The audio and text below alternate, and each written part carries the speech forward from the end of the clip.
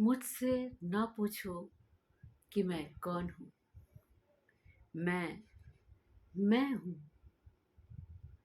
मुझे जिसने भी पूरी तरह से अपना लिया, जिसमें भी मैं समा गया, उसने हमेशा ही जिंदगी में मात खाई।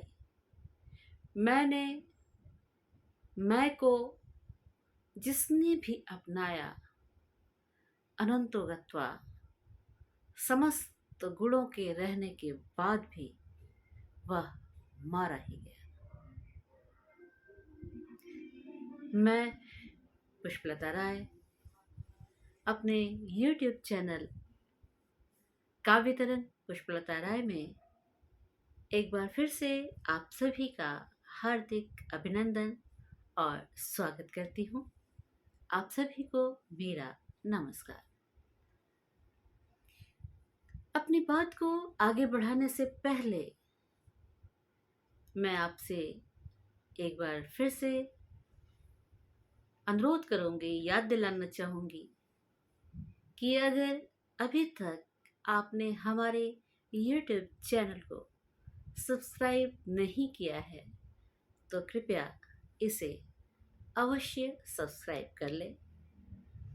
इससे मुझे हौसला मिलेगा और मैं आगे की तरफ बढ़ती रहूंगी और कुछ नया आपको देने की कोशिश करती रहूंगी जो आपके जीवन के लिए अवश्य फायदेमंद साबित होगा। मैं अहंकार अपने आप में जिसने भी समा लिया, फिर चाहे वह कितना भी बड़ा ज्ञानी, ज्ञाता, विद्वान, पंडित क्यों न हो, उसे अनंतो गत्वा एक अलग ही तरीके से समाप्त होना पड़ता है। उसके समस्त गुण खत्म हो जाते हैं और वह अपने अहंकार में ही मारा जाता है। आज एक छोटी सी बात मैं आपको बताना चाहूंगी, एक छोटी सी कहानी कि रावण और राम का युद्ध समाप्त हो चुका था। रावण लगभग मृत अवस्था में युद्ध भूमि में पड़ा हुआ था और वहीं दूर एक शिला के ऊपर रामचंद्र जी बड़ी उदास सी अवस्था में बैठे हुए थे, जबकि उनके पीछे लक्ष्मण बेहद ऐंठे हुए, तने हुए खड़े थे। अपनी जीत पर उन्हें अभिमान हो रहा था। हमने रावण पर विजय प्राप्त कर ली। उसी समय राम ने लक्ष्मण को अपने समीप बुलाया और कहा, भ्राता, मैं तुम्हें रावण के पास भेजना चाहता हूं। तुम उसके पास जाओ और जहां तक मैं जानता हूं वो प्रकांड पंडित, विद्वान, समस्त वेदों और पुराणों का ज्ञाता है। उसके अंदर अपार ज्ञान का भंडार भरा पड़ा है। वह उसके साथ ही कहीं समाप्त ना हो जाए। तो मैं चाहता हूं कि तुम रावण के पास जाकर उससे कुछ ज्ञान प्राप्त कर लो। लक्ष्मण को बड़ा आश्चर्य हुआ कि भ्राताश्री रामचंद्र जी ये मुझसे क्या कह रहे हैं, लेकिन क्योंकि श्री राम जी ने कहा था तो उसका पालन करना उनके लिए आवश्यक था और बेहद बुझे हुए मन से राम जी को नमस्कार करते हुए वह युद्ध भूमि में उस स्थल पर पहुंचे जहां पर रावण लगभग मृत प्राय अवस्था में पड़ा हुआ था, कुछ सांसें बची हुई थी। लक्ष्मण जाके अहंकार के साथ उनके पास खड़े हो गए, बेहद तने हुए, ऐठे हुए, गर्व से चूर, अभिमान में भरे हुए कि देखो आज तुम्हारी मैंने क्या हालत कर रखी है। कहा तो कुछ नहीं, पर अपने हाव भाव और अपने अभिनय के द्वारा उन्होंने यह संकेत मृतप्राय अवस्था में इस रावण तक पहुंचा दिया और बोला कि भैया ने मुझे आपके पास भेजा है, मुझे आपसे कुछ ज्ञान प्राप्त करने के लिए। रावण बहुत तेजी से हंसा, ठहाका मार कर हंसा और बोला, अरे तुम्हें राम ने क्या पहचाना नहीं? अरे तुम कितने भोले हो। ये भोलापन रामचंद्र जी ने तुम्हें बताया नहीं? एक व्यंग, उस ठहाके में एक व्यंग था। तो लक्ष्मण को बड़ा अचंभा हुआ। रावण ने तब बड़ी विनम्रता से लक्ष्मण से कहा कि लक्ष्मण, जिसे ज्ञान प्राप्त करना होता है निश्चित तौर पर वह गुरु के पास ही जाता है, और गुरु के पास जाकर यदि कोई तन कर, ऐंठ कर, अभिमान से परिपूर्ण होकर, मैं में चूर होकर ज्ञान प्राप्त करना चाहता है, सिर पर सवार होकर ज्ञान प्राप्त करना चाहता है, तो कभी भी उसे वास्तविक ज्ञान की प्राप्ति नहीं हो सकती है। लक्ष्मण थोड़ा सा सकुचाए, संकोच में आए। रावण ने फिर कहा, ज्ञान प्राप्त करने के लिए गुरु के चरणों में झुकना पड़ता है।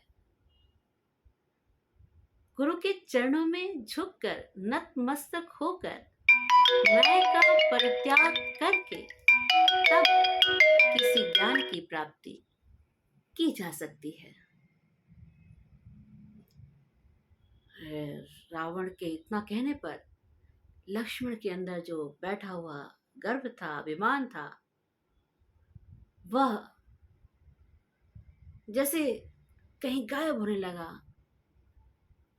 वह नतमस्तक सा हो गया रावण की इस बात को सुनकर, और हाथ जोड़कर रावण के चरणों में नतमस्तक होकर बैठ गया। गुरुवर, भ्राताश्री ने तो कहा ही है, पर मैं अब सच में, वास्तव में आपसे कुछ ज्ञान प्राप्त करना चाहता हूँ। आप कृपा करके मुझे ज्ञान प्रदान करें। तब रावण ने मुक्त कंठ से उसे आशीर्वाद दिया और बोला कि लक्ष्मण, एक बात अपने मन में गांठ बांध कर बैठा लो कि सबसे पहले यदि जिंदगी में, जीवन में कुछ अच्छा प्राप्त करना चाहते हो, सफलता हासिल करना चाहते हो, ऊंचाइयों तक पहुंचना चाहते हो, तो तुम्हें सबसे पहले अपने अंदर, अंतर मन में व्याप्त मैं का परित्याग करना पड़ेगा। जैसे ही तुम्हारे मन के अंदर से अहंकार का भाव समाप्त हो जाएगा, वैसे ही ज्ञान स्वयमेव तुम्हारे अंदर प्रविष्ट होने लगेगा, और फिर किसी के सामने जाकर तुम्हें ज्ञान मांगने की आवश्यकता नहीं पड़ेगी। तुम स्वयं ज्ञानवान हो जाओगे।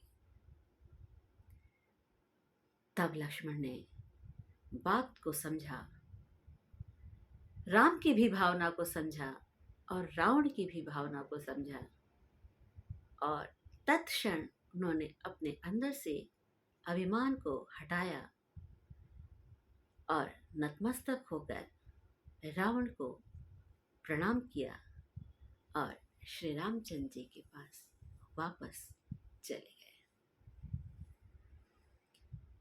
वापस चले गए इस बात को अपने अंदर लिए हुए कि हमें समस्त ज्ञान तभी प्राप्त होगा जब हम अपने अंदर से मैं की भावना को दूर करेंगे, अहंकार की भावना को दूर करेंगे। आज के जीवन में इसको जानने की, इसको समझने की बेहद आवश्यकता है। आज लगभग हर कोई एक अहंकार में डूबा हुआ है, एक मैं की भावना को साथ लेकर चल रहा है। कोई भी किसी के सामने नीचा नहीं होना चाहता। अभिमान से भरा हुआ वह अपने आप को श्रेष्ठ, सर्वश्रेष्ठ दिखाने में लगा हुआ है, जबकि जीवन की परिपूर्णता सिर्फ सब कुछ प्राप्त कर लेने में नहीं है, बल्कि जीवन की परिपूर्णता स्वयं को अच्छी तरह से जान लेने और समझ लेने में है। हमने यदि स्वयं को जान लिया, अपने अंदर अपने व्यक्तित्व को जगा लिया, हमने अगर अपने ध्यान को मन के साथ देखना शुरू कर दिया, एकाग्र चित्तता अगर हमारे अंदर आ गई, तो हमें दुनिया में कुछ और पाने की आवश्यकता नहीं रह जाती है। तो आप सबके लिए एक संदेश कि आज जो सबसे बड़ी भावना हमारे अंदर घर कर गई है, मैं की, हम तुरंत उसको हटा दें, क्योंकि ज़िंदगी बहुत थोड़ी सी होती है। कब बीत जाती है पता नहीं चलता, किस क्षण खत्म हो जाती है पता नहीं चलता। हम जुटाते ही रह जाते हैं और अचानक सब कुछ छोड़कर न जाने किस तत्व में विलीन हो जाते हैं। तो हमें इन चीज़ों को ध्यान में रखना होगा। थोड़ा दूसरों के लिए भी जीना होगा, थोड़ा अपने अंदर से अपने व्यक्तित्व को निखारते हुए हमें परोपकार, सत्कार्य, इन सब में अपने समय को देना होगा। तभी हम अपने समाज और देश के काम आ सकेंगे। और दूसरी बड़ी बात कि इन चीज़ों को जताने की आवश्यकता नहीं होती है कि हमने ये किया, हमने वो दिया, हमने वो बांटा, हमने ये किया। नहीं, कहते हैं अगर हम कुछ कर रहे हैं, कुछ अच्छा कर रहे हैं, तो उसे सिर्फ हमारा अंतर मन ही जान ले और जो सामने है बस वो समझ ले, इतना ही काफ़ी है। पूरी दुनिया में उसको जग जाहिर अगर हम करने की कोशिश करते हैं, तो जहाँ तक मुझे लगता है कि जिसके लिए हम फिर कहने लगते हैं कि इसके लिए हमने ये किया, इसके लिए हमने ये किया, इसके लिए हमने ये किया, शायद वो कहीं ख़त्म हो जाता है। क्योंकि दूसरे रूप में देखा जाए तो वो उस व्यक्ति का कहीं न कहीं अपमान होने लगता है। तो इन चीज़ों पर हमें गौर करना होगा। कृष्ण ने सुदामा को बहुत कुछ दे दिया, लेकिन पता ही ना चलने दिया। तो कहते भी हैं कि एक हाथ से यदि कुछ दे रहे हैं तो दूसरे हाथ को भी खबर नहीं होनी चाहिए। और उसके लिए बहुत ज़रूरी है कि हम अहंकार का परित्याग करें, क्योंकि जब तक अहंकार रहेगा, हम कितना सा भी करेंगे तो कितना कहकर बताते हैं, उसकी कोई भी आवश्यकता नहीं है। सो आज के लिए इतना ही काफ़ी है। आपसे आज विदा लेते हैं, अपनी वाणी को विराम देते हैं और फिर से कहते हैं कि चैनल को सब्सक्राइब ज़रूर कीजिए। धन्यवाद, बहुत बहुत धन्यवाद।